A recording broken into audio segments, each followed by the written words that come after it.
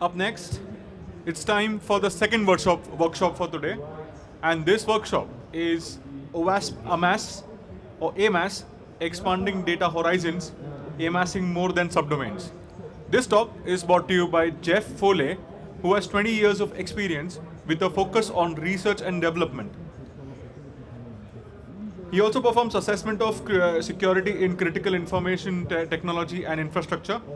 He is the project leader of Amass and OWASP project. Jeff is also a lecturer and he teaches penetration testing at State University of New York.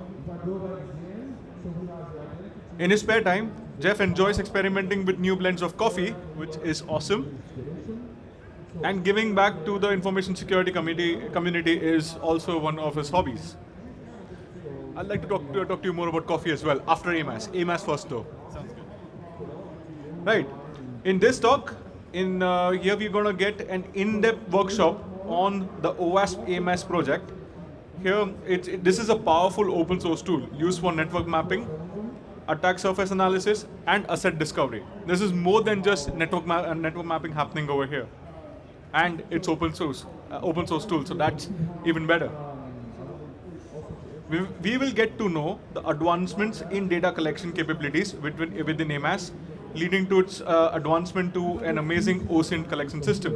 So yes, let's have a good demo and a hands-on experience with this. Please welcome Jeff.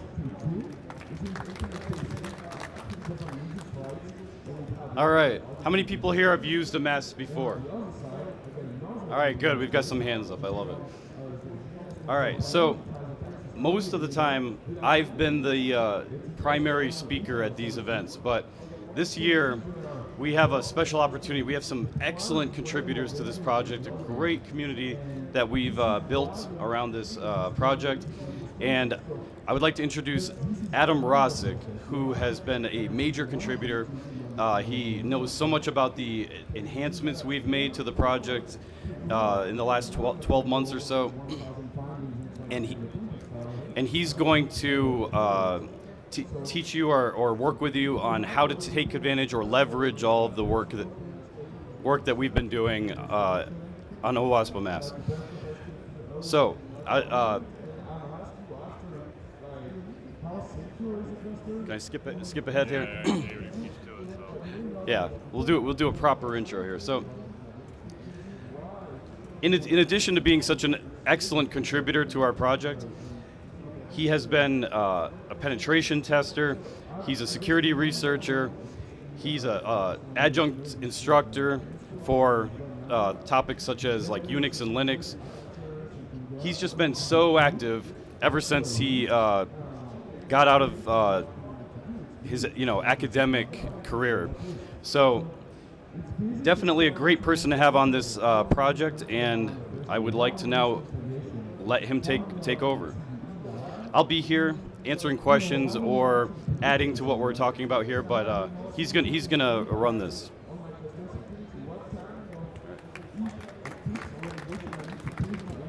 So I just want to say thank you very much to Jeff for giving me this opportunity to do a talk right now.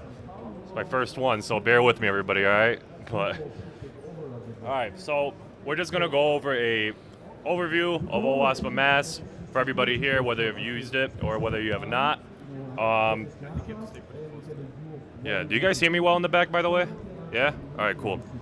So let me something real quick. Okay. So let me make this bigger. All right, there we go. So the history and the evolution of Amass, right? So I can't speak for Jeff, but the project started about roughly 6 years ago, and that was because in Jeff's previous lives, he saw a solution to help with his previous reconnaissance techniques. Normally, you'd have to do all of this manually, so I'm pretty sure Jeff grew frustrated and was like, you know what, I'm just going to make my own tool. Is that right, in some regard? Close enough. Yeah, close enough, right? So as it was being developed, there was a realization that was scary but true. Not many organizations actually know what they have even out there in their attack surface environment, which is quite crazy to be honest with you. You would think that would be the first thing that they would want to know, but for some apparent reason, there was other objectives in their mind. That is what kicked off what we all know as the go-to subdomain command line tool at the time being, called Amass. But we want to expand upon that. So the idea was to have and evolve this to a broader solution, incorporating pieces that expands with the project's capabilities. Like I said, we want to expand upon this. So not only its assets, but also other assets that may be valuable to an infrastructure that you would normally tie in with different tools. We want to put this all into one solution that you guys can easily create capabilities for, and so that you could also run multiple tasks or enumeration, so to say, in the background while the engine does all the busy work. The new architecture that we have allows extending this capability in an effective and trivial manner thanks to OEM, which we talked about last year, but I'll also dive a little bit into it, right?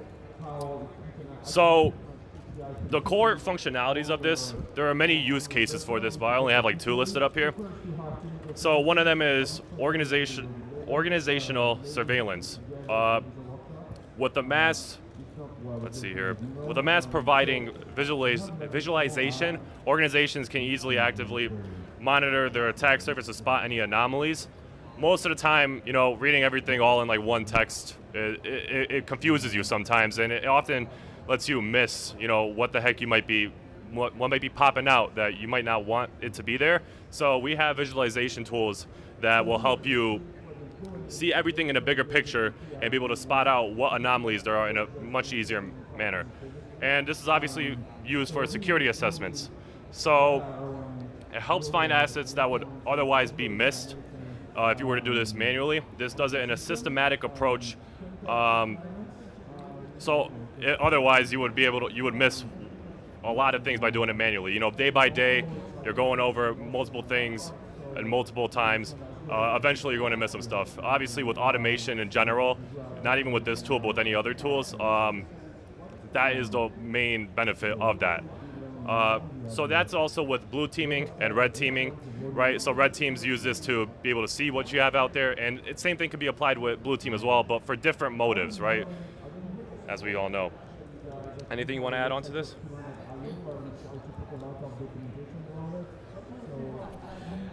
Like he said, we covered this pretty good last year, but the real benefit of this hub and spoke model with the OAM is that you could have other tools separate, completely separate from Amass, that are contributing to this database or data model. You don't have to, not everything necessarily has to be baked into Amass. You could also be pulling the data out, obviously, to create your own reporting, whatever. I mean, it allows the freedom to go into your hands, where instead of it being collect data from all these different tools, and you know, now having to deal with this mess, this pile that you've created of findings. If all these tools just are speaking the same language, so to speak, they're using the OAM, they're putting it into the data model.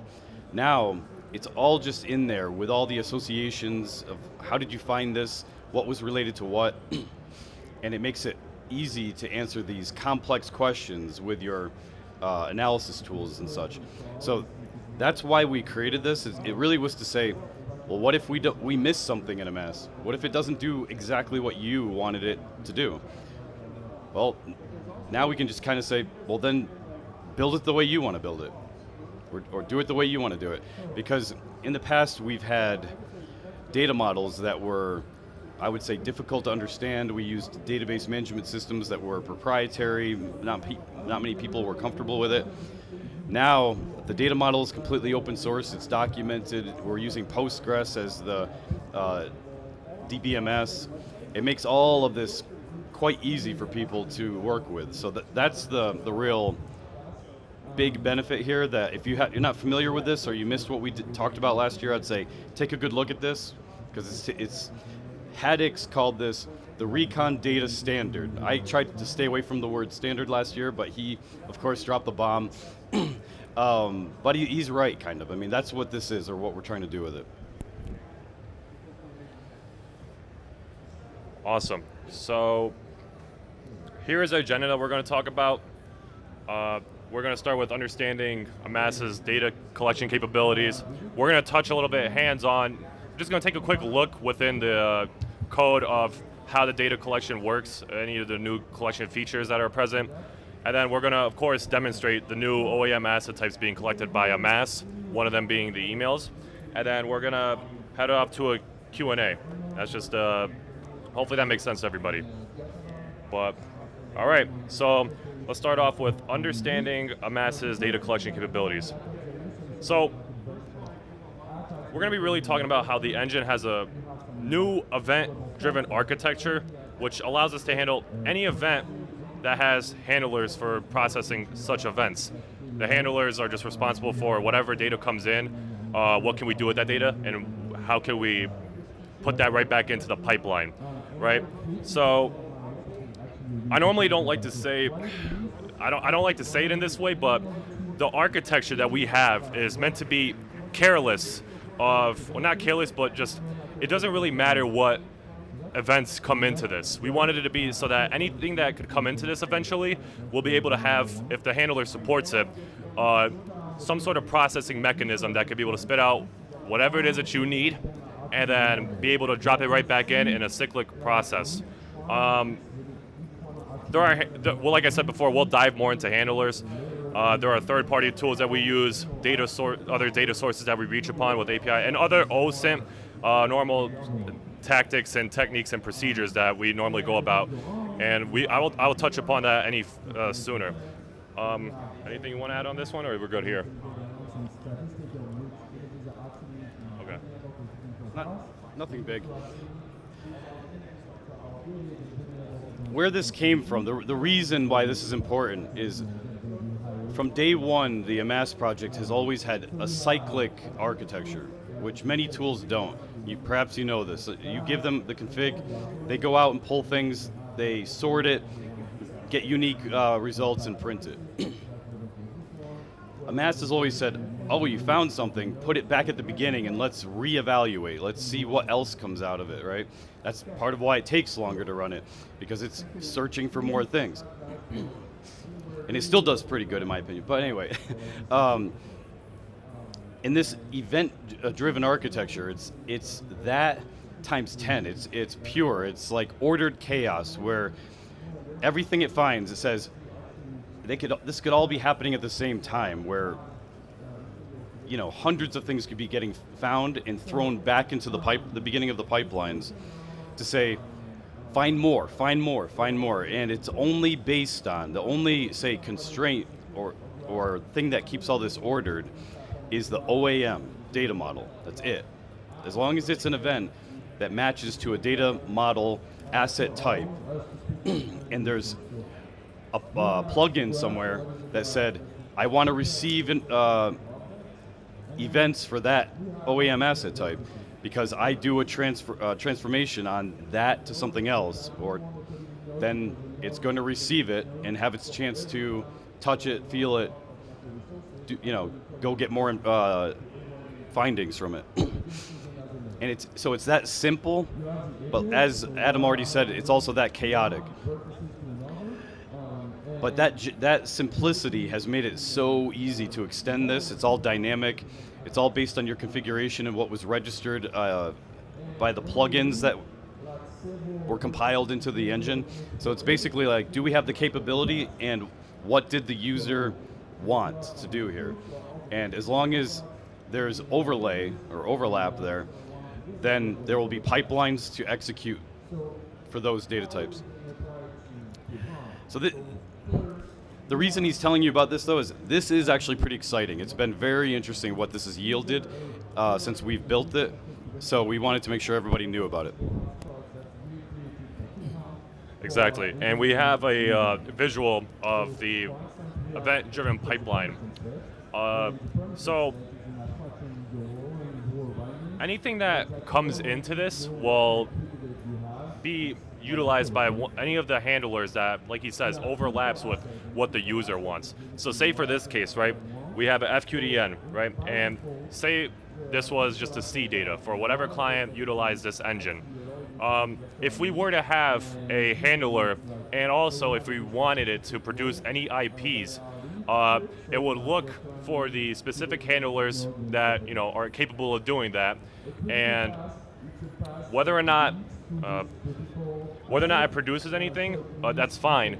But usually when it does produce something, it'll get right back into the pipeline as another event, right? And this will usually span out to multiple events. It could be like 5, 10, 50, however many it actually produces. So say in this case it produces 20 of them, right? You'll have 20 of these that'll get put right back into the event pipeline, and then if it has anything else that we want to do with the IP, so say in our configuration we wanted it to produce a net block. All right, we're going to look into our event pipeline, and we're going to see whether or not there's anything that overlaps with its capabilities and what we want, and we're going to work on those handlers. It's going to do the processing. This will happen and repeat until it comes to a halt. Now, how it comes to a halt is whether if it has nothing else that we could do based off of what we wanted, or if it has nothing else that it's capable of at the time being, right? Did I mess anything up, or did I miss anything? Yeah, I think I got most of that stuff. So what we have here are the supported OAM types. There are plenty of more that we are going to add, and I'll talk about that much later. Just like in the previous tool, we used FQDNs, we were able to produce IP addresses, net blocks, CIDRs, and we were able to get the RRR orgs from our previous tool. We just added email addresses, and there are a couple of tools that we've used, or data sources that we've used to be able to grab these email addresses, and I'll show you how simple that is to actually do. That's the beauty of this engine, right? The architecture is, you could say, modular in the sense that the architecture does its own things with the events. So whatever event comes in, the architecture just handles that and passes off to a handler. You can make whatever handler that you want, or you can remove any handler that you want, and it'll work perfectly fine. And that's the beauty of it, right? So, and it's really easy to create, right? So in this case, like I just said, the integrations are enhanced yet easy. With the previous tool, we've used Lua, pretty sure, right? And so, and the way our tool was made previously, it was kind of hard to add any new capability there, because once we had an idea of, like, say for example with the email addresses, if we wanted to make an email address pipeline for the previous tool, we would have to change dang near everything in our code base, which kind of made it a bit difficult to even add such functionalities that expanded upon that, hence why we had to create this engine. The way we have this now, it's literally just like this puzzle piece right here. If you're missing something that you really want to add in, you could just simply create your own, and you could just plug it right into the plugins directory, and once it builds up, once you get it builded, or if you want to commit it to a PR or whatever, nonetheless, you could easily build it and it'll work seamlessly in that manner. There's benefits to this, right? So if you're an organization and you have some secret capability that you don't want to share with anybody else, that's your money maker right there, right? You could keep that all to yourself and just still be able to use it effectively with the engine. If the engine were to update any time, if we were to push any updates, it wouldn't change too much with what you already have in your plugins, right? That's the beauty of it, the modularity of it. I'll go real quick into our GitHub and show you one of the examples of the handlers that we use for our email. So just give me 1 second, all right? If you want to add anything while I look up, go for it. But let's see here.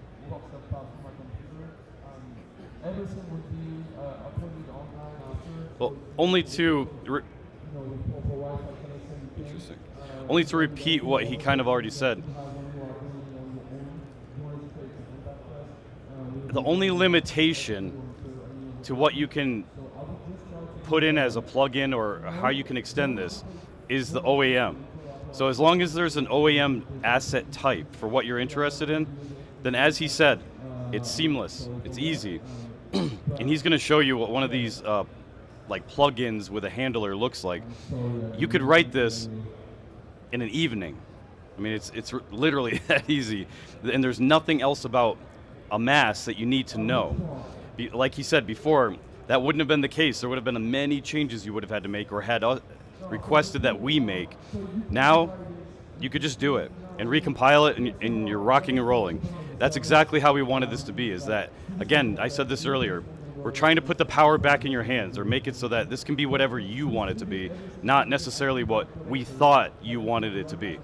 And we're interested in hearing anyone's feedback about this as well, because we're trying to empower all of you. That's the point here, right? So if it's not working, or you have ideas about how that could be even better, please make sure you reach out to the project and let us know that. Yeah, like he said, we're always down to listen to any of your guys' feedback, any contributions you make, whether that's actually putting something up or just giving us feedback. All of that is appreciated, right? So, yeah, make it bigger? All right, cool. All right, you guys, everyone sees it pretty clear, right? If not, raise a hand and I'll make it bigger. But this stuff we don't need to worry about. But over here we have some basic code to, I'm not going to dive too much into this part, but this is just basic stuff that applies to all these handlers.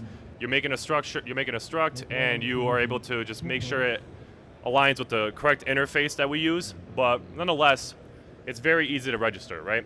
All you have to do is put the name, right? The plugin itself, the transformations. What are we going to produce out of this, and what are we expecting to come in, right? And then the callback is a callback function that we have, and I'll show you what how many lines this callback function is. It's quite crazy. It's less than 100 lines of code. So if we start here at 65 and go all the way down to, I don't know, 131, that's about like, I'd say 66 lines of code. Like he said, you can make this in the evening. It's very, very simple. What this handler does specifically, it's called grep.app. What this does is it searches 500,000 GitHub repositories, and whatever data you wanted to search for, it'll spit out anything to you if it has anything. For this case, it handles regex, and we just simply had a regex pattern that matches any emails that we find associated with the domain that you put into here, right? And like I said before, once it's done getting these emails, it'll process them and it'll send it right back into the event pipeline. But nonetheless, this just goes to show how easy it is to make this type of stuff. It's all written in Golang. It's not in Lua anymore, so there may be benefits to using everything natively as opposed to using multiple languages and whatnot. But nonetheless, it's very simple, very easy. Doesn't take that much. I mean, if there's really advanced stuff, obviously it might take you a bit. But there are cases where, like this, it's really easy. You can make this You can make this in one night, in an evening, while you're watching a movie or something. And yeah, that's the beauty of it. So let me get that thing out of here right now. Unless you guys want to take a look further, but yeah, I'll just get out of here.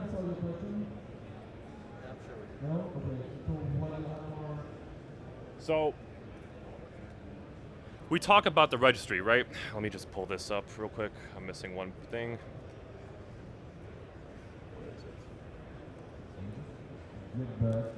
So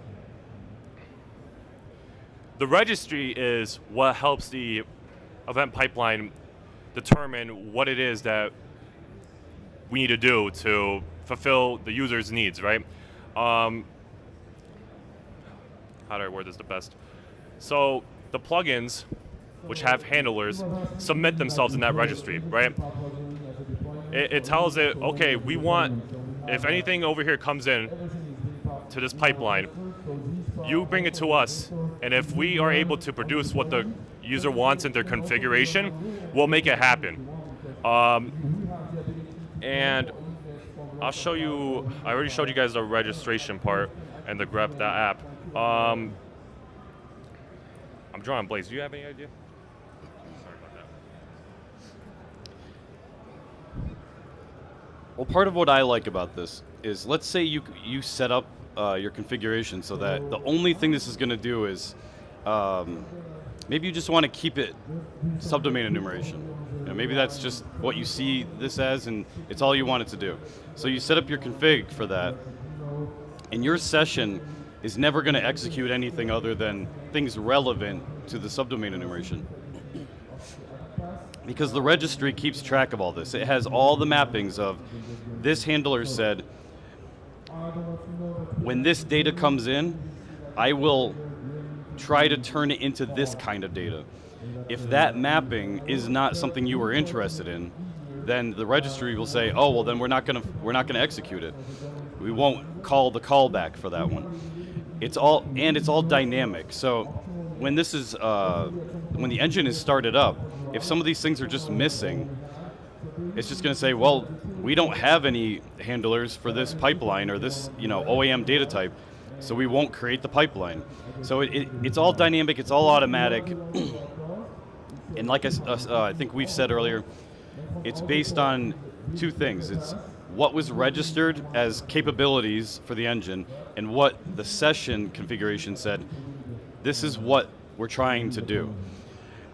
The Venn diagram, you might say, where the two overlap, that's what's going to actually happen when this is executing. But you could also have another session running at the same time in this engine with a completely different configuration where it could be doing 10 times that amount of work because that's what you told it to do. And the registry is the beast, you might say, that's managing all of that or making that happen so easily and, as Adam said, like seamlessly. So that's why this is so important. It's what makes this, like, we never have to look at this, right? Like, we never are finding ourselves touching this or maintaining this because it's handling everything for us, and it expands with the OAM. So if I add more data types to the OAM, which we will be, by the way, as time goes on, this is just going to take care of it, and we're still not going to touch it. It's just kind of amazing that it's been designed so that this is just going to keep taking care of everything as we need it to be as this project continues. But it makes it really easy, I would say, for users because it's only going to do what you want it to do for you. Exactly. So, speaking of that, we have the configuration with Amass. So, last year we talked about a bit about how it went to YAML instead of INI. Usually, with the last tool, users found themselves often confused with what is the best approach, what are the best options to set. We had a lot of options in our previous tool, but that may have made it a bit confusing for users to identify what is best needed for their situation, right? But with this approach, we decided to take a declarative approach. So this allows simplicity and readability. So you don't need to be too specific. I mean, you could, of course. We have a ton of options here as well. But as far as getting what you want, you don't have to write too much. You just have to say, hey, look, I expect an FQDN. Whenever it comes in, I want it to produce anything that we have capable of it. And the engine will read that and it'll say, okay, no problem. I'll make it work. You don't have to worry about a thing. Of course, you can do things like excluding certain handlers and things of that nature, but yeah. Okay, so, and with that being said, what's running this, as we mentioned before, is the OAM, right? If you guys weren't here last year, I'll just quickly go over it. So it just provides a new standard, just like how Haddock said it, for asset definitions.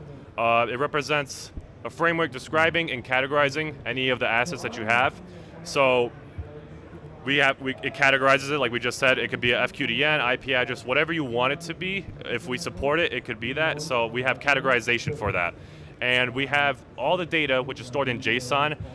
It'll say information about such type that we normally see on a usual basis with whatever type comes in.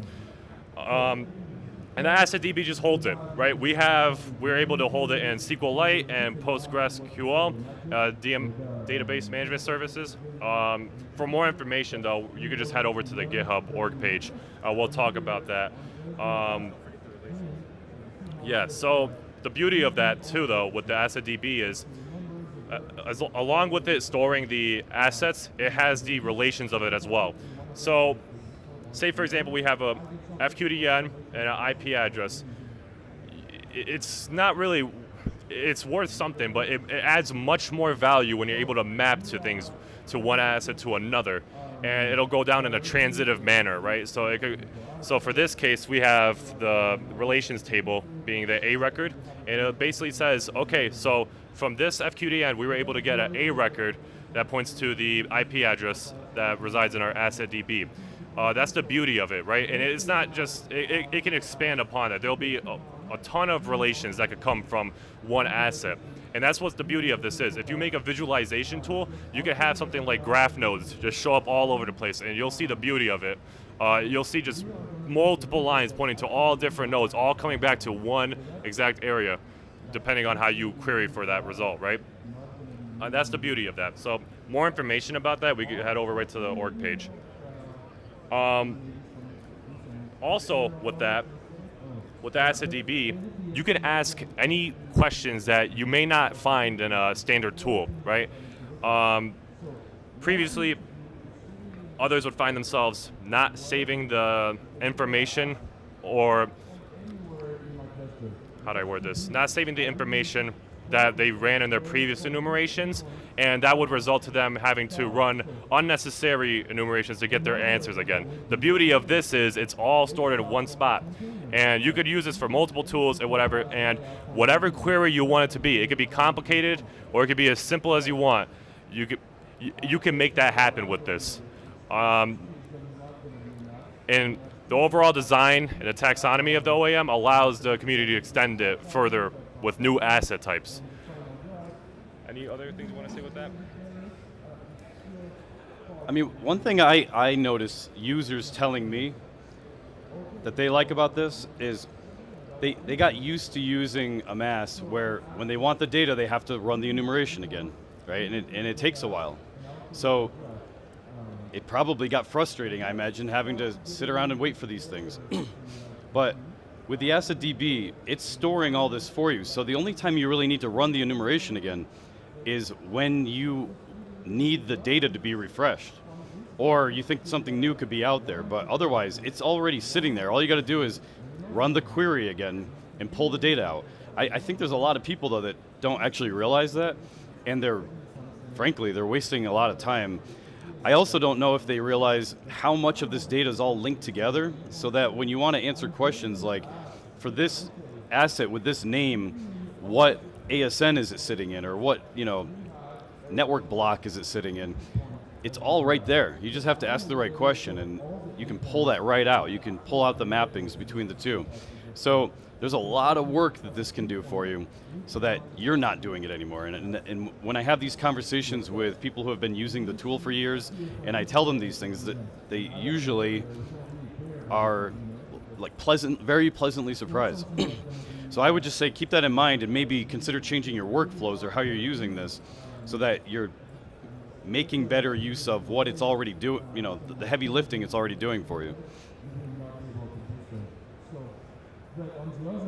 Yeah, and one example of what we've used with the asset DB information is we've made our own web interface, right?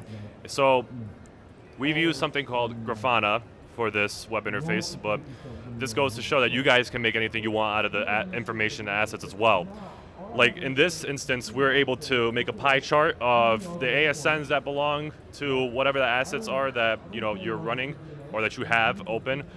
We have like a list or a table. I know it's a bit hard to see over here, but it's a table showing like all the things that we've found relating to such domain or whatever asset that you're querying for. And we have right here IP to location. What is it, like a database, like a local database that tells us, okay, most likely it's residing in there. There's a bunch of other capabilities. Jeff could probably reach more into this web interface, but however, this is just another example of what you can do with the information that you have residing in the asset DB.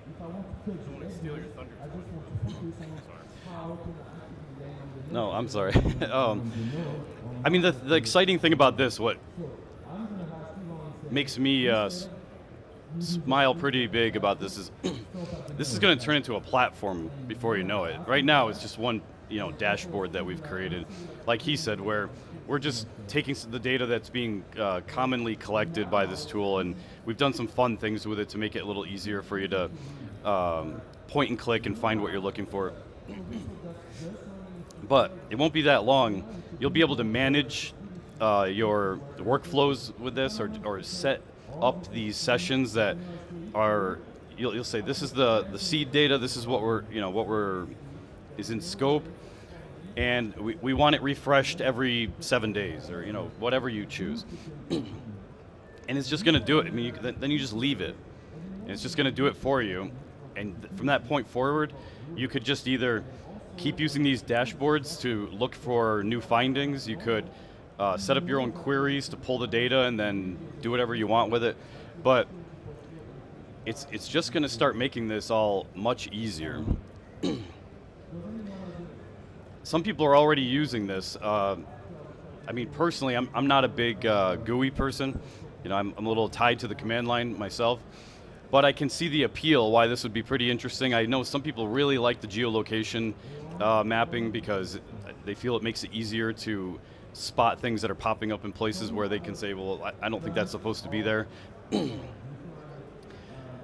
I'm kind of excited about the management through the interface, because I think it's just going to make it easier for many people to have confidence that they're setting this up correctly for the way they want to use it, as opposed to having to say master the configuration file. So that's pretty exciting. But the real vision here, what I think is exciting about this, is that eventually this will be like the free attack surface management platform that every company would be able to use to implement an ASM capability within their company that's easy to manage and integrate with other systems. That's the real, light at the end of the tunnel here.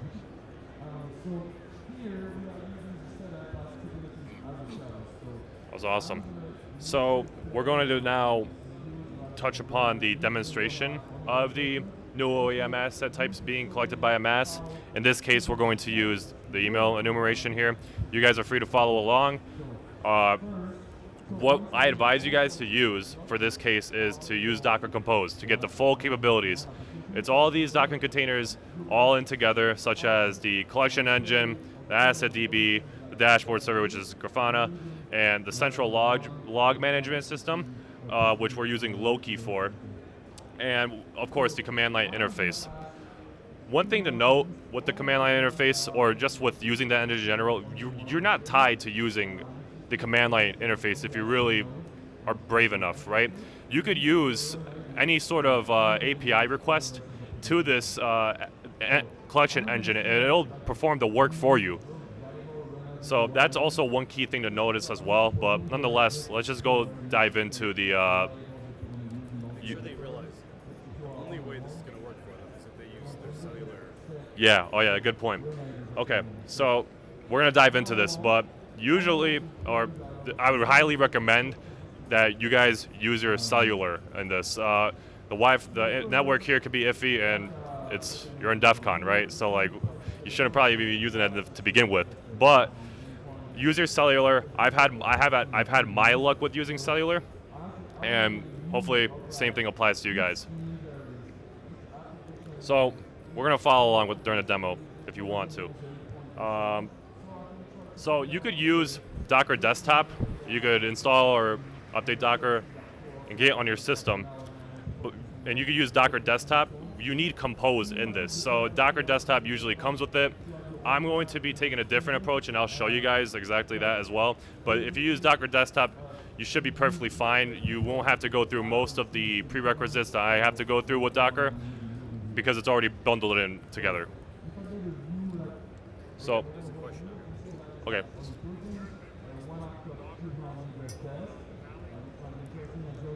Docker, yeah. So the Kali repository, it might not be as up to date, so you're probably better off using the Docker environment. Oh, tell them. It's just not the same thing. Yeah, and it's also just not the same exact thing, right? Because when we're using, if you're just running it straight off of what Kali gives you, you're just going to be running the good old standard client, and you're not going to be able to use the full capabilities of the Asset DB and the OAM and all the things that we have bundled here together to really foot stomp the impact that this could possibly have.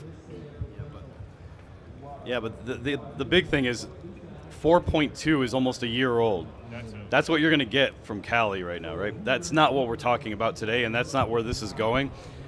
There's been no release of this for almost a year because of all the things we're talking about today. There's been a lot of work done to this, so the only way you're going to get all these features is the only way right now that you can get all these features is to use Amass Docker Compose, which is a repo on our GitHub org. You can't currently use the official release of the tool and get what we're talking about today. Okay, hopefully that answers all the questions. If anyone have anyone else, feel free to put your hand up. And I'll just start putting on my screen. Ask them if they need a moment to do that. Do you guys need a moment, by the way, to get Docker Desktop running? Yeah, you guys do your thing. Exactly. Okay, I'll give you guys a bit, and then I'll ask in a bit if we're ready to go.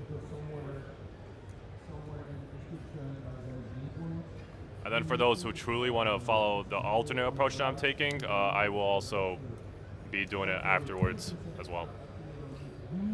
If you're trying to get it set up and you have questions, just raise your hand. I can come out and answer your questions quickly.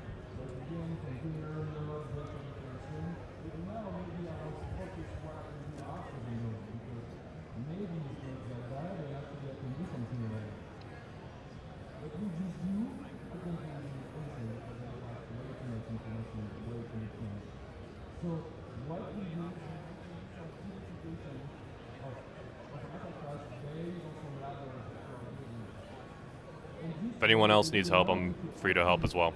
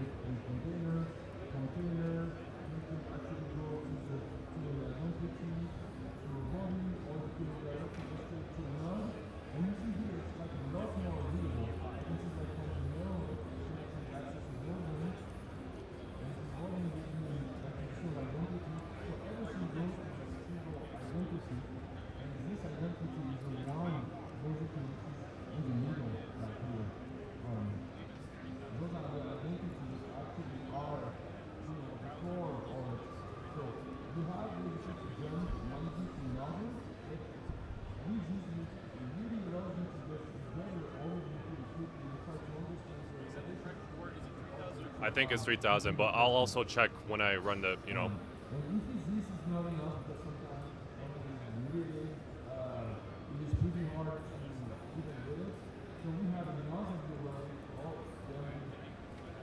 Okay. So I'll also do the alternate approach if you guys are using like a headless setup, because that's what I'm using. And then, yeah, we'll just dive right into that, right? So. Tell them about the passwords. Yeah, I'll do that once okay, yeah. So we're gonna dive into this as well, but in the Asset DB environment file that you're gonna see under the config directory, once you clone the Docker Compose repo, you need to change. If you're gonna make any changes on that, you need to do that initially. Otherwise, it's once the containers are set up, once the containers are running, it's pointless at that point. You're not going to be able to authenticate because it's going to be taking the initial creds that it saw on the asset DB environment file. That's for the Postgres DB and for the engine. Yeah, it's under the config directory that's under the compose repository. I'll go and show you guys, so I'll do it right now, and you guys can just follow along too.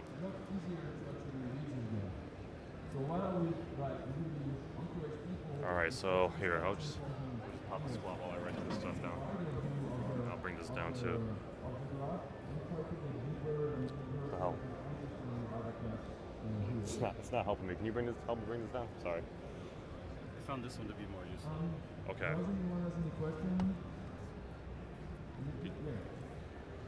That one's a bit. Oh wow. Yeah, I don't know.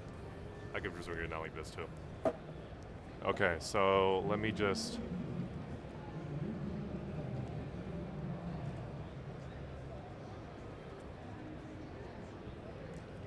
I'm going to mirror my display, so it should pop up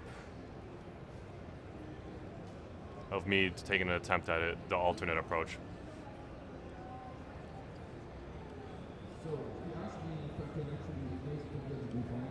Okay, so I'll minimize this, and we'll head on to the terminal. So I'm using a DigitalOcean droplet just to run this, just for the sake of the internet connection. Just want to be more stable. So I'm just going to SSH into this. I have a key-based SSH, and I'm going to just switch over to the test user that I have. Let me just see if I have sudo permissions before I even go forward. All right, we're good. So one way is to, of course, install Docker Desktop, and you should be fine with the compose. But to get the engine, let's see here, you just head over to their documentation page, which is docs.docker.com. And you should be, and for my case, I'm running Ubuntu on this droplet, so I'm going to be heading over to Ubuntu, right? So if you have any old versions, just get rid of them. They should have something here, just a quick little one-liner that'll remove everything if you have anything present in here. This is fresh, this is new, so I don't have to run this in my case. So I'm going to use the apt repository to install this if you guys want to follow along, if you guys are using a headless setup. Just be warned, I'm not going to be able to show you guys the web interface with this method, but if you guys are using Docker Desktop and after my installation attempt, you guys should be able to look at the web interface just fine as well. So, make it bigger too? Okay.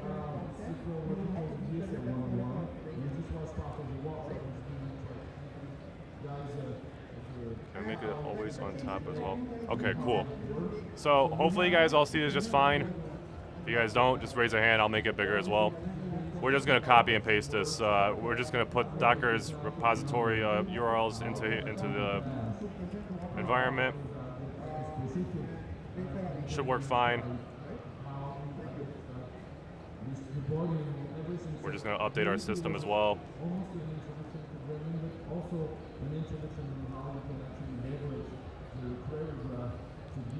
Cool. And now we're going to install the latest Docker packages, and this is going to contain just the engine itself, right? Just a quick little copy and paste will do the work for you most of the time. Just click yes to move forward.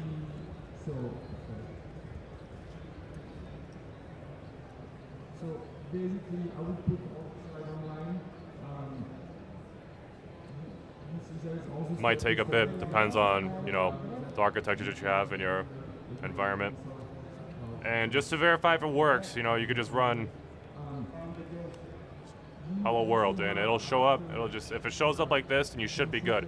Now, if you want to run it so that you don't need sudo, which I personally like doing too, just for the sake of convenience, there is a specific method right here. So if you click on next steps, it'll take you to post-installation steps for Linux.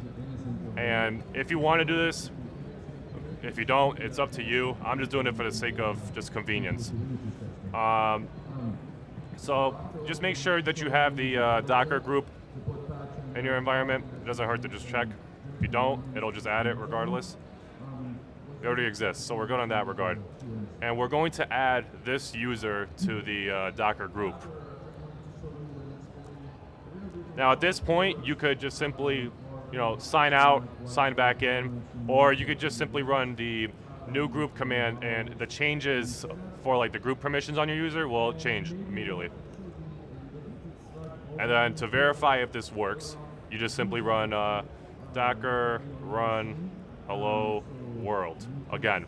Now notice I don't have sudo in here, so if there's a permission issue, it'll throw up something. And it looks like it's good, right? So we have hello from Docker, and we're good on that note.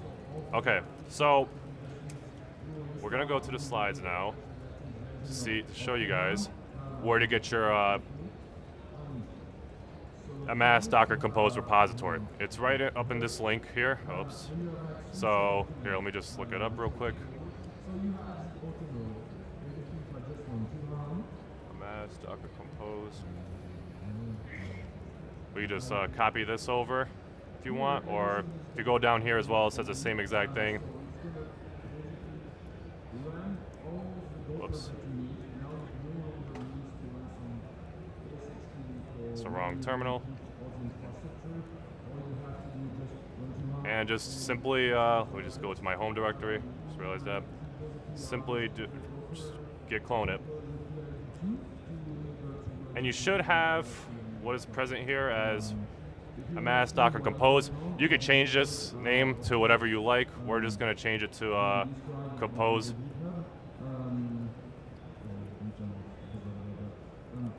As you see, it's right here. Now let's hop right into this, right? So what resides here, right? This resides the Compose YAML. If you have any like major technical issues with your Compose environment, you could change whatever you want there. But it has your config, it has the data, and it has the logs.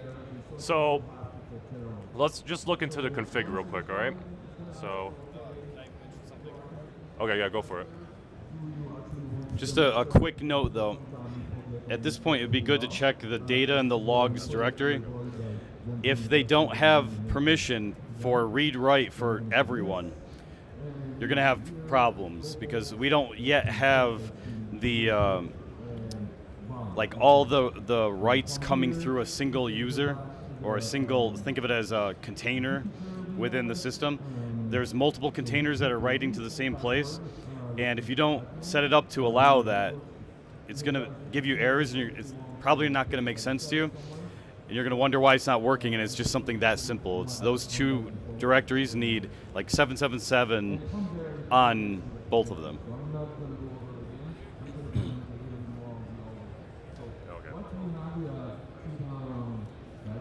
If your guys' connection's slow, I'll wait for you guys to get the get repo locally. So we could give it a couple minutes if it's taking you guys a bit.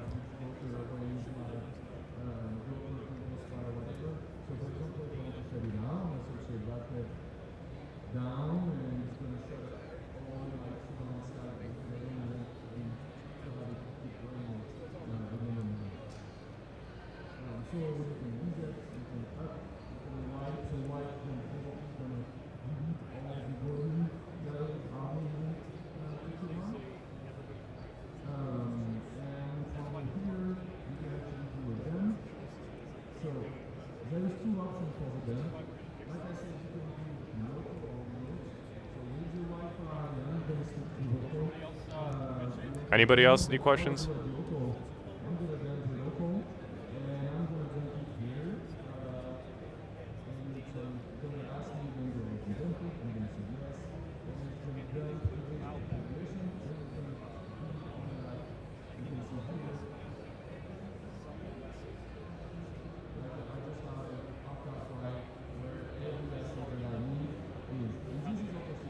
Yeah, I'll change my right now.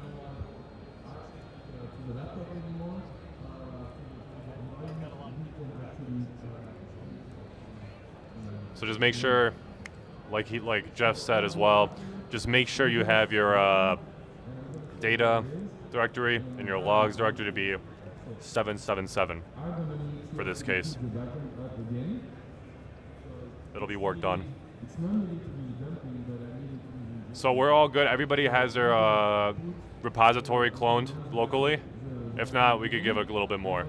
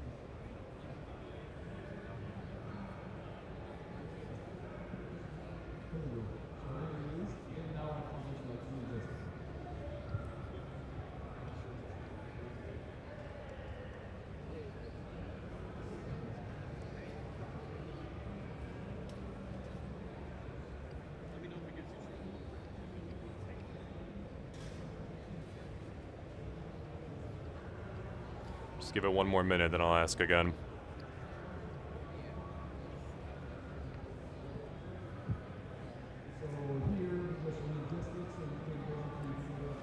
Does it seem like we're good for now? Okay. So, if you need help, Jeff will be around as well. But let's just dive into the configuration directory. Right, so what does this entail? Let's take a look. So, we have here the asset.db environment, the config.yaml, the data sources.yaml. I'll explain all of those. So let's start out with what I would say is pretty crucial to even get this working in your environment is the asset.db.environment file, right? So let's take a look at that. Let's see here. Oh, whoops, I see why. Config. So what does this have here, right? So it has the Postgres password for you to connect to your asset.db, the Amass username, the Amass database, and the Amass engine password to get in, right? So what I said before is you probably, if you're gonna make any changes right now, do it, because otherwise if you get the compose environment running, it'll just take what you have, and once you change it, it's just gonna try to authenticate with technically credentials that don't match, right? So if you're gonna make any changes, it's best that you do it now. I'll give you guys just a minute to make whatever changes that you want. I'll keep mine the same just because this is just for testing, right? So I'll just give like a minute. Other things, I can actually talk a little bit further. So other things we could talk about is the config.yaml. So it might have been a little bit too small on the slides, but we could go over this real quick, right? So it has the domains, the IPs, the CIDRs. We commented all that out, but you can obviously put in what items you want to be as like seed data, or for this case, or also in your scope. We have options here. Now, unless you probably don't want to change this, because this is where your data source credentials will be located. If you're gonna change this or change the name, probably need to also update this area as well.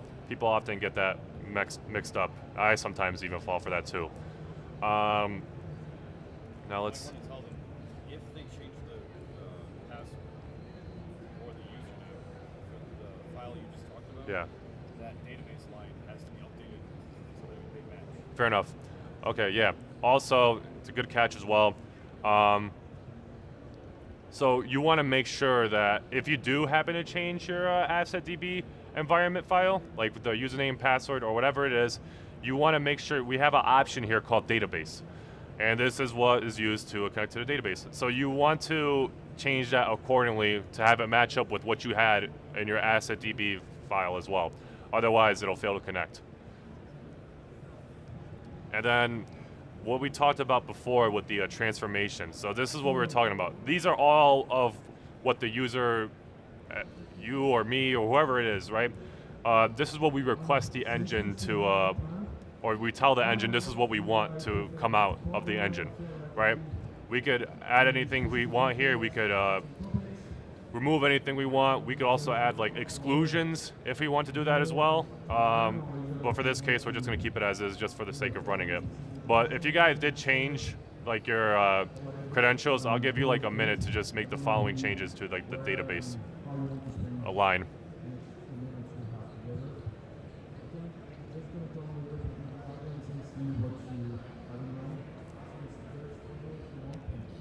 If you want to add something, go ahead. Yeah, just a little second. I mean, one neat thing to mention here is, let's say you wanted to run 5 of these engines, right? Like maybe you want each one to have different IP addresses, so you can have separate rate limiting on what they're doing and things like that.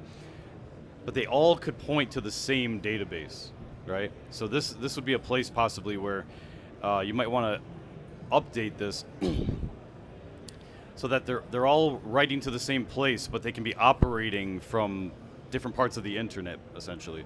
Some could be coming out of Tor, some could be coming out of residential proxies, whatever floats your boat. But they're all contributing to the same DB. In the future, we're going to make it so that you can send the request to one engine, and as long as they're aware of each other, they can distribute the workload across the various engines to maximize on, say, performance and reduce the chances of missing findings. But for right now, you have to invoke each one separately or have a different session with a different engine, but they can bring all the data back to a central place.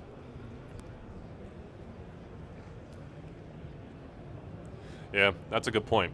I'll just move forward with the data sources, right? If you guys are, if anything's messing you up with the config or anything like that, feel free to just raise a hand. We'll be able to help out gladly. Let's just take a look at the data sources, right? So this is where you want to put all the creds that you want to possibly use. We have a ton of options here with data sources if they are used in our engine. We're working on adding more, of course. Now, what was I going to say? I just lost the train of thought.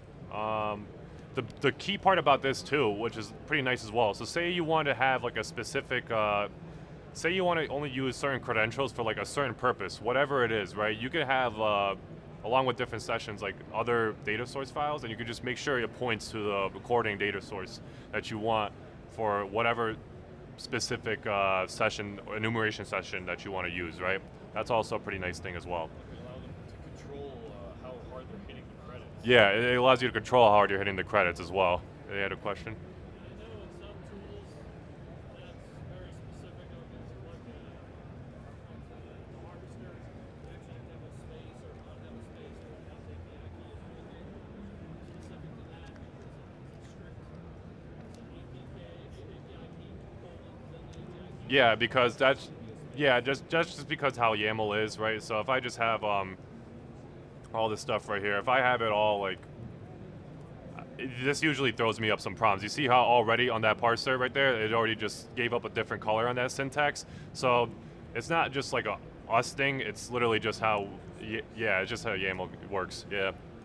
One more thing about that though is since API keys can have, say, special characters, it's probably better to put in Quotes, yeah, that's also a fair point too, yeah. otherwise, like, any part of your you don't want to see that. That's a good point as well. So this is just me putting whatever it is in. I'm gonna have to probably bring the screen down and just put some of my API creds to generate emails. But if you guys have anything that you want to add on the fly, anything that pops up to your liking, feel free to add it real quick. On the top of API keys, I can go down here and hopefully I find other ones too. You can have like username and passwords into this as well. Other secret information that may be useful for whatever the data source is that you're trying to use, so on and so forth, right? And maybe tell them, in case it's not obvious, they're all commented out. Yeah. Unless you decide to use it uncommented. For, yeah, good point. So these are all commented out. As it says here, uncomment and add credentials for data sources that you'd like to use in the engine. So if you want to just uncomment it, just get rid of this hashtag right over here and you'll be good to go. Just add a block. So just give me So if you guys have any questions, Jeff will go around. I'm gonna put my own creds, but I'm just gonna have to bring this off the screen real quick. So let me just add this all. Just comment this, and I'm just gonna real quick change the display settings on this. Not willing to give them away to everyone? Yeah, no. All right, so let's see here.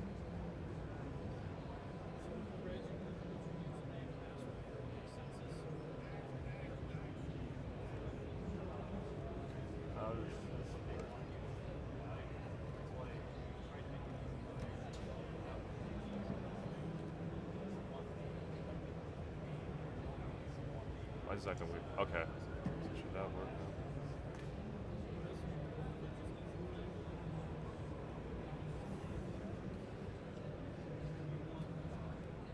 So I'm just gonna add my own stuff, but you guys do whatever you guys want to do with the API keys.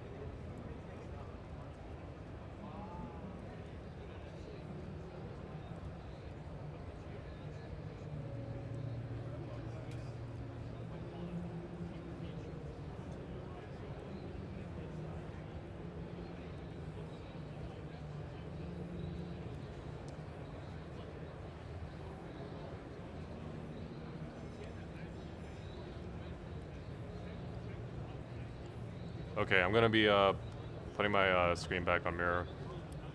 Should be good.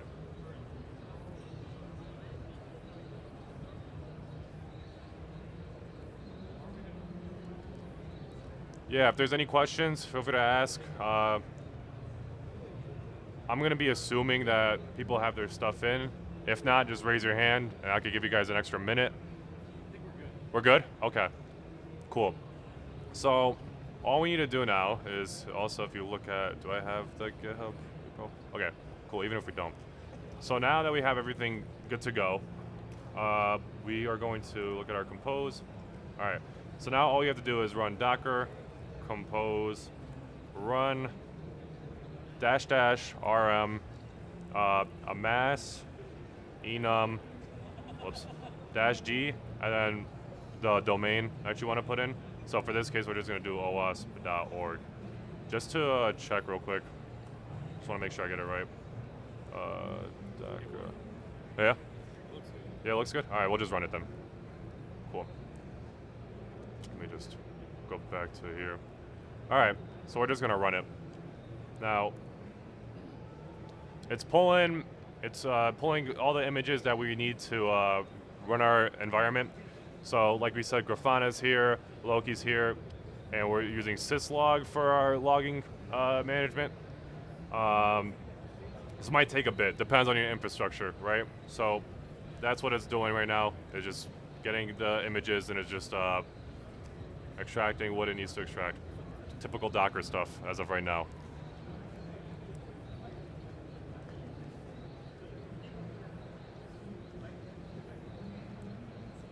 It's building.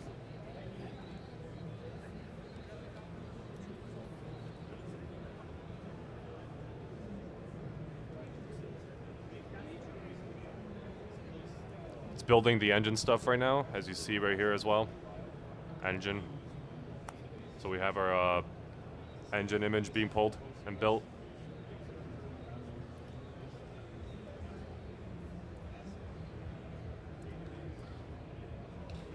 So this might take a bit, depends on obviously your connection and the hardware that you have on what you're running on. But usually it goes pretty fast.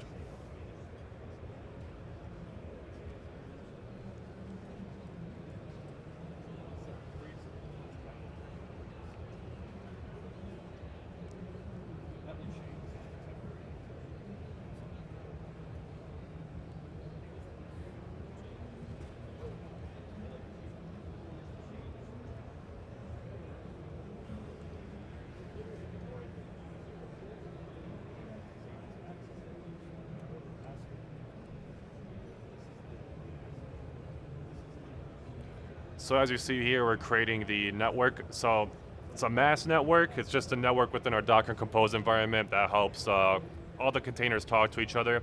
Like I said, we have Loki here for log management. The asset DB, that's where we store our assets. We're using syslog for our container, for our logging services. We're using Grafana. Like I said before, Grafana is our web interface. If you're using this on like actual GUI, right? I'll show you guys what you would normally need to write in to be able to view it. And then of course we have the engine. So just doing some extra stuff. Everything should come up healthy at this point, right? If it's not healthy, which is usually going to be like Loki for this case. I usually seen it show up with Loki. I'm not sure if it does the same thing with Grafana, but if it shows up as not healthy, then like we said before, check your data directory and your logs directory, the permissions on that. If it's not 777, so read, write, and execute on for everybody, so including the owner, the group, and everybody else, then you're going to have trouble with that as of right now. So if you did that, it should look like this for now.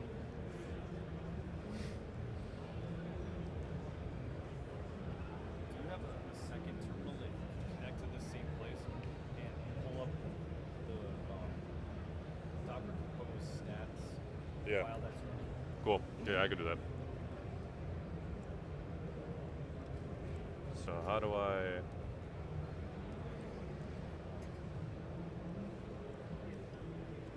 So... Just real quick. Can I put... Just means you have to go into the secret directory. Yeah? Okay. Yeah, and then you can execute that command. Yeah, okay. So, let's see here. All right, so what was it? Docker Compose stats, right? Yeah. All right. So this is all of the statistics with what's going on within our environment. What's pretty cool is there's not that much memory usage, right, as we see as of right now. But that's because we're building stuff. Once we actually get the enumeration to run, you'll see how efficient that is as well. So also, if you want to check out, you know, what ports, you know, you're binded to with these services, just to clear anything up. Specifically for Grafana, right? If you're curious about that, it's binded to 3000. So you'd want to probably connect, if you want to see that web interface, you want to connect to it on a browser, just put your local host address and you should be good with port 3000 specifically.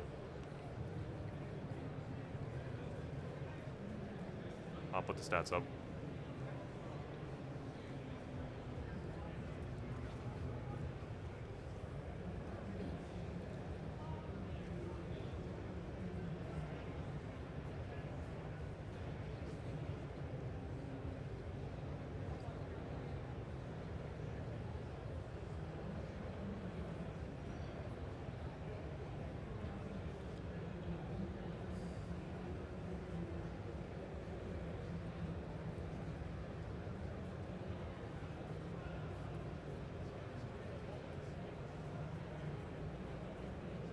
Okay, so now we have everything set up and it's building.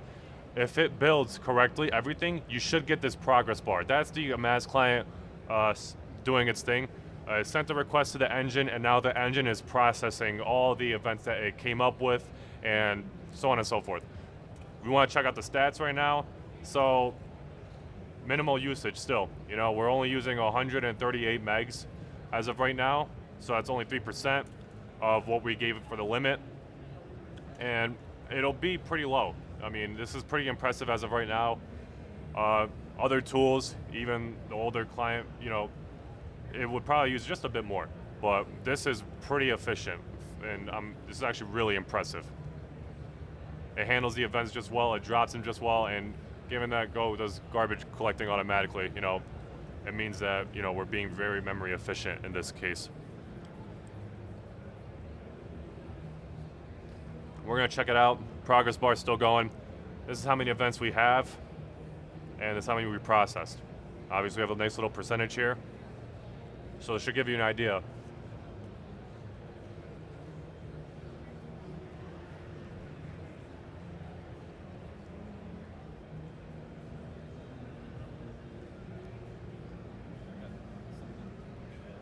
Cool.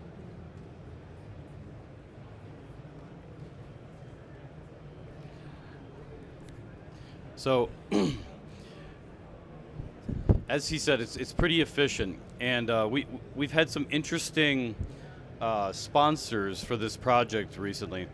One of which is on my shirt right here, Fortified Data, and even though we've made sure they realize that what we're showing right now is beta technically, kind of bleeding edge for the project, they have said, well, it works better than what I used to be able to get, and they're using it, and they've been able to confirm thousands of customers are being monitored with this, like every, you know, let's just call it every week at least, with potentially thousands of namespaces, you know, a huge number of targets, and it's all being managed, and all the data is being collected by what you're seeing right now. So of course we've got a pretty small target that Adam's using here, OWASP Amass, because we're just keeping this simple and light, but you can fire this at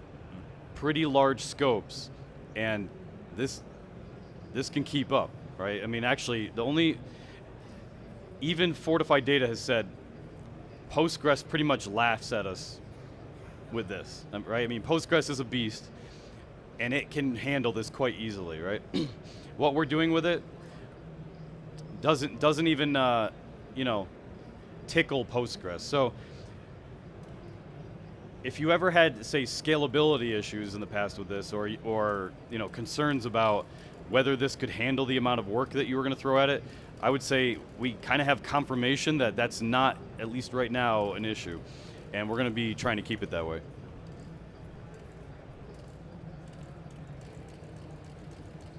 That's a good point. See, now our progress bar just went down a bit, but that is because one of these handlers just found a crap ton of data, additional events. So that might trick you a bit. You might be sitting at 96 for a little bit, and next thing you know, you're like at 70, just because one handler possibly found 40 other different events that it just dispatched to our pipeline. And same thing again. And look at this again. Now we went from 96 to 1,200. And even then, still pretty memory efficient.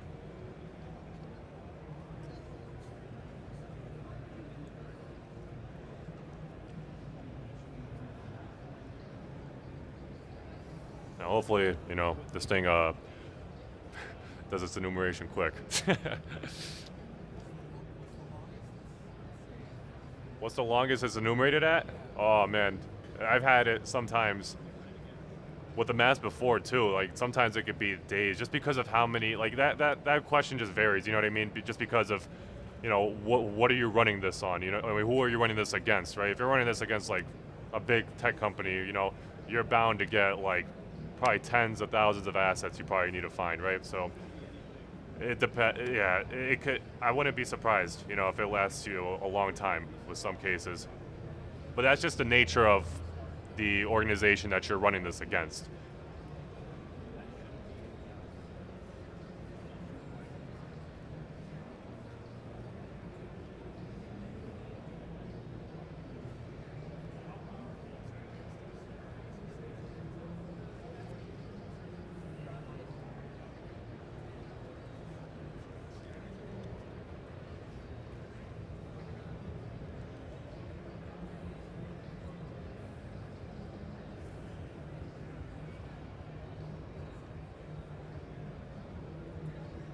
Even though it has a bit, you know, it's chugging along pretty decently.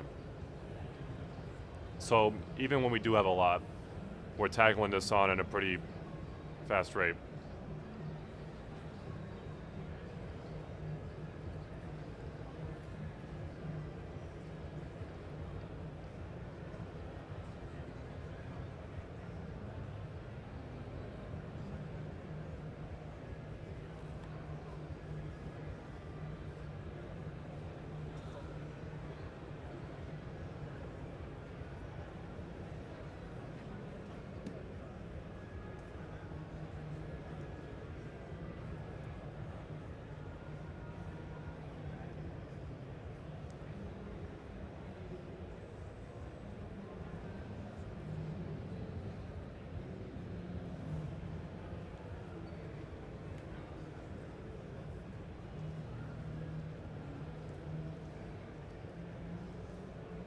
Now we're 3/4 of the way there.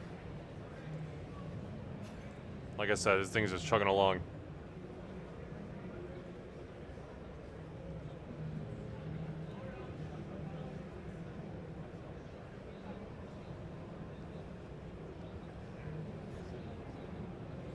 For the sake of this demo, you know, I hope we don't get another nice 500 events just, you know, get thrown in my face right now.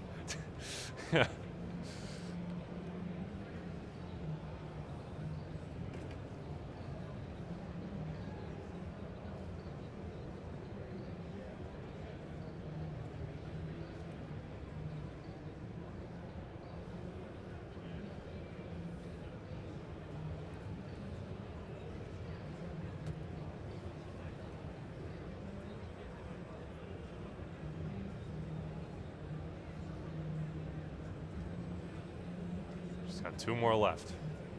1 more.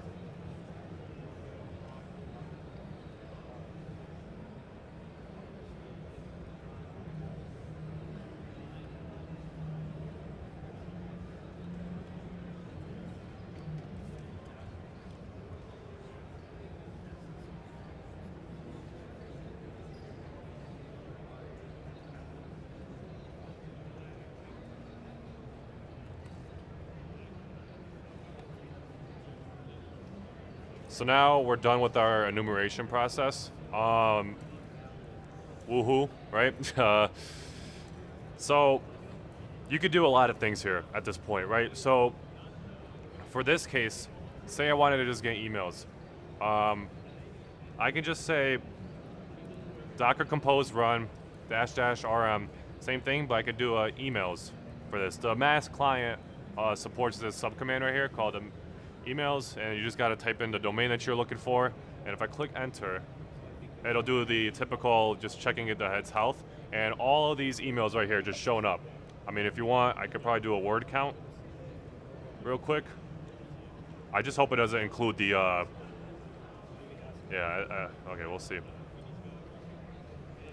So at this point, we got 1,037 emails.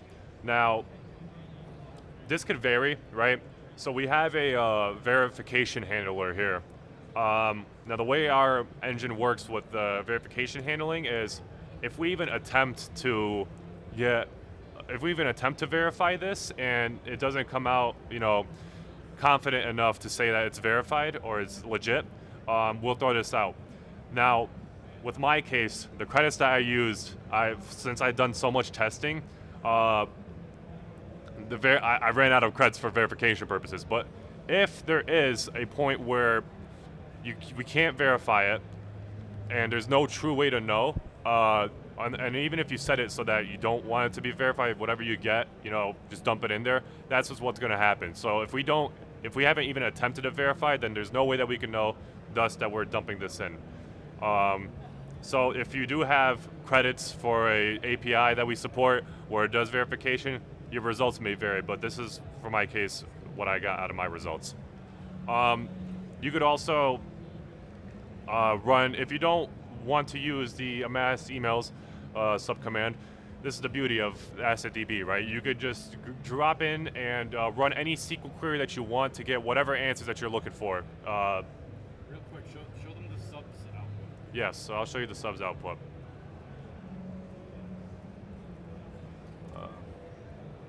Just do show. I think it's easier. Just like that? Okay.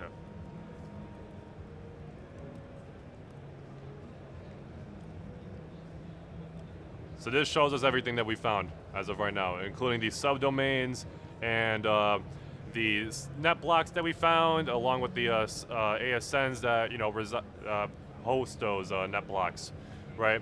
So we can see a couple of DigitalOcean instances here running, Amazon instances running, and a bunch of things that are masked behind Cloudflare, right?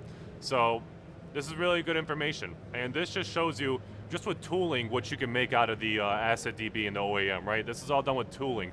Now, you could, of course, make your own tooling, or you could do whatever manual query that you want to spit out whatever that you're looking for, right? In this case, we have our own subcommand to, specifically show us CIDRs, ASNs, subdomains, all in this one little output right here. But that's just the power of us doing the same thing that we encourage you guys doing, which is just utilizing the AssetDB. So that's the beauty of it.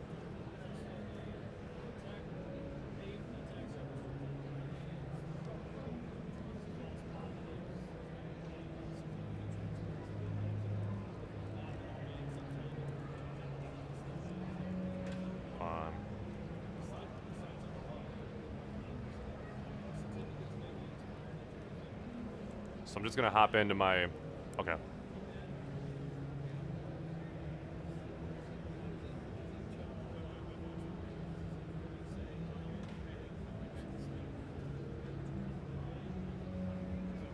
This question, in summary, is he wants to know, how do we avoid giving them false positives with this engine or architecture? I mean, I think you're better off explaining this. All right, so we had a question. I'll summarize it or paraphrase it as, how do we avoid reporting false positives with this architecture or infrastructure, or sorry, engine? So, everything that the engine finds, right? When you submit internal, when I say we, I mean if your plugin or handler says something was found, throw it back in the engine and investigate. If you have support, we will validate, right? So in the case of the FQDNs, we do the DNS lookups to make sure that these things are still there. We can reach out to the IP addresses and make sure they're still responding. Adam already covered the fact that when we find the email addresses, if you have the support turned on, we'll use the verifiers to see that these are still active emails. So I'll call it, we do our best with what we have to validate the findings instead of just dropping a pile of dated information in front of you and saying good luck. Also, in the database, let's say you ran this a month ago and it found some things and now they're not active anymore, right? If you run the enumeration again or refresh the data, it will still show, well, a month ago we found it. Now we didn't find it because everything that's in there, it's going to check that stuff again. Even if you don't have the data sources turned on anymore that allowed you to find it, it's going to say, well, it's in the database, so we're going to look for it again, right? And it's going to check to see if it's active. If it's not, it's very easy for you to say, show me everything that a month ago was discovered, and now it has not been discovered. Hence, it's gone. Or you could go the other way around, right? You could say, show me only the things that have been found, but a month ago we did not find these things. Hence, they're new or they're popping up. So, all the historic information is maintained with the proper timestamps to make it easy to do the queries. We have another question. I hope that answers your question. Next question? Yeah, just get close to him, so.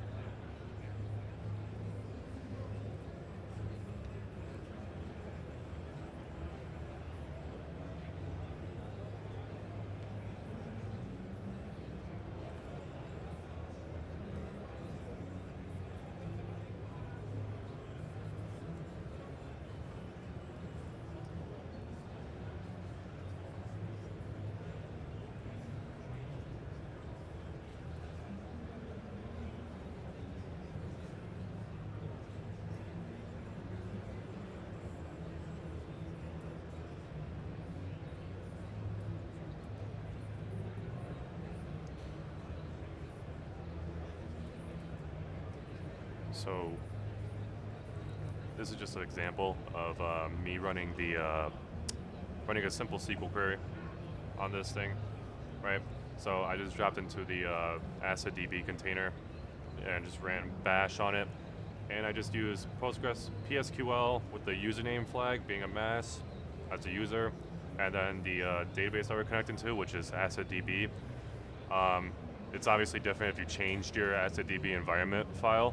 But say I just wanted to get everything, right? Like, this is what I mean, like where you could just do simple SQL queries or even complicated ones to get what you're looking for. So, like, just like I always said here, select everything from assets. Everything will show up here, right? And then, just to show you the other table with relations, these are all the relations that show up, right? Now, if you see there, it says, you know, what type of relation it is, A record, quad A record, so on and so forth. Let's see here if there's anything else. There's like nodes, contains for like CIDR containing IP addresses, pretty sure. But this is just another way to just look at your data as well by just simple SQL queries like that. It could be complicated, of course, too, but just showing you that there's a different approach that you could tackle as well. Yeah, you showed him the query? Yeah, I just showed him a basic one, just select everything from it. Just to show him. And it could be done. I mean, maybe I'm just too comfortable with databases. I've been, doing database programming for a long time, but if I were a user, I think this is something that would excite me a lot, right? Because now, if you don't like the way we're presenting the data, or you don't want to parse our output, or you need this pulled directly into something else that you're doing, do it. It's like, again, I would say it's easy, right? Maybe for someone who's never done this before, it might seem slightly intimidating, but you can look up the basics of SQL in an evening, right? And it's not hard. So, and we have example queries that we can point you to. If you want to know some, say, popular extractions of the data, we've got them all laying around where we can just hand them out to people. But I think this is how I would want to pull the data into my, say, workflow, is just go get it out of the DB and bring it to whatever it is I'm doing, right? Don't bother, say, using our command line tools or whatever, because it's just, you know, it means now you have to probably write scripts and you've got to parse the data and pull it out and put it into a file probably and then ingest it into something else. It's like, it's just a headache when you could directly extract the data and bring it into whatever you're doing. So, for my environment, I'm not going to be able to demo because it's just headless. But if you want to see the web UI, and if you have the compose running, all you got to do is just I'll just show you exactly where the bound is, where it's binded to. So let me just get off this. So as we see here, Grafana is binded outside for port 3000. So if you just want to simply look at the web UI, just go on a browser, use a local host address, and then just put port 3000 on it, and it should show up on your browser with all the pretty information that you want to see. But just for my case, it's headless, it's on a VPS, so I'm not going to be able to do that for you, unfortunately. For the data? All right, hold on, just one comment. Also, if you're liking the UI and you want to play with that and you want to take advantage of the geolocation mapping, go to IP2 location light, right, which is the free option. You're going to have to sign up for it, but there's no cost. It's their free version or community version. But make sure that you get the CSVs for both IPv4 and v6, and it's the one that, for each of those, it's the option that has the largest number of fields, which I believe they call DB11. If you pull those down, bring the CSVs, like unzip them, bring the CSVs into the compose directory, and then you run the script in there called, I think it's upload IP2 location data or something like that. It will create the database, upload the data, all for you, and the UI will immediately start pulling from that DB and populating the map. So it's about as easy as we could get it for you so far, since you have to go get the data yourself. We're not allowed to give it to you. And it does get updated fairly frequently, so I would say you have to maintain it to a degree. But it is pretty fun to have it and can be enlightening to see where these things are popping up on, as far as like, well, where are these things being hosted and things like that. I like it.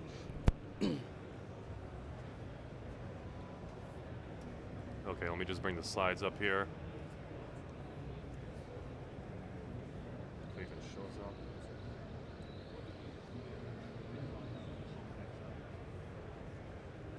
Okay, yeah, so just what I showed you guys before. You could use just any other tool, or if it doesn't satisfy your needs, you could just query the DB directly. That's the beauty of AskDB. In this example, I have another example right here, where it just specifically says, since it's in JSON, you just have to get the column of the actual relation, not the relation, the schema, and then you have to dig into so once you dig into the content column, you have to dig into the key of the JSON that you're looking for. So in this case, we're just getting any of the full name addresses from assets where the type is equal to an email address. And it showed up just fine. It does the same exact job, right? But there's different ways that you could do it, right? So this just goes to show that attack surface mapping is just more than just infrastructure, right? Let me stand up for this. So for this case, right, like, think about how social engineering can be done, right? when you're trying to social engineer anyone or just do any sort of attack, right? You're better off knowing much as you can about a person. Now, usually with social engineering, what probably works in your best is how to, get the victim to feel for you in some sort of way, right? So in this case, traditional IT mappings won't really do it for you. You have to really expand upon that and look at people, what they do, their phone numbers, where they live, find anything around the area. Like this will help you dig deeper into seeing what your possible weak points are as a blue team, but also seeing how you could take advantage on the red team side as well, right? So that's what the beauty of viewing attack surface mapping as more than just infrastructure. I want to go over the upcoming OAM types that we have that are IT asset related and non-IT related. So as you can see here, we have a bunch, right? I mean, I can name them. We got a couple here like TLS certificates, WHOIS records, the registrars for domain names, but then also for the non-IT aspect of it, right? We were trying to get individuals, organizations, phone numbers, street addresses, affiliated individuals, third-party vendors, so on and so forth. Because like I just said, it's more than just IT assets. If you're an adversary, you're going to be looking more, and you won't care what you find. You're going to just find something to take advantage of, right? So that's about it that we have. We have the Q&A up, so any questions that you guys may have, feel free to ask, and we'll be here to just answer anything that you guys have questions for.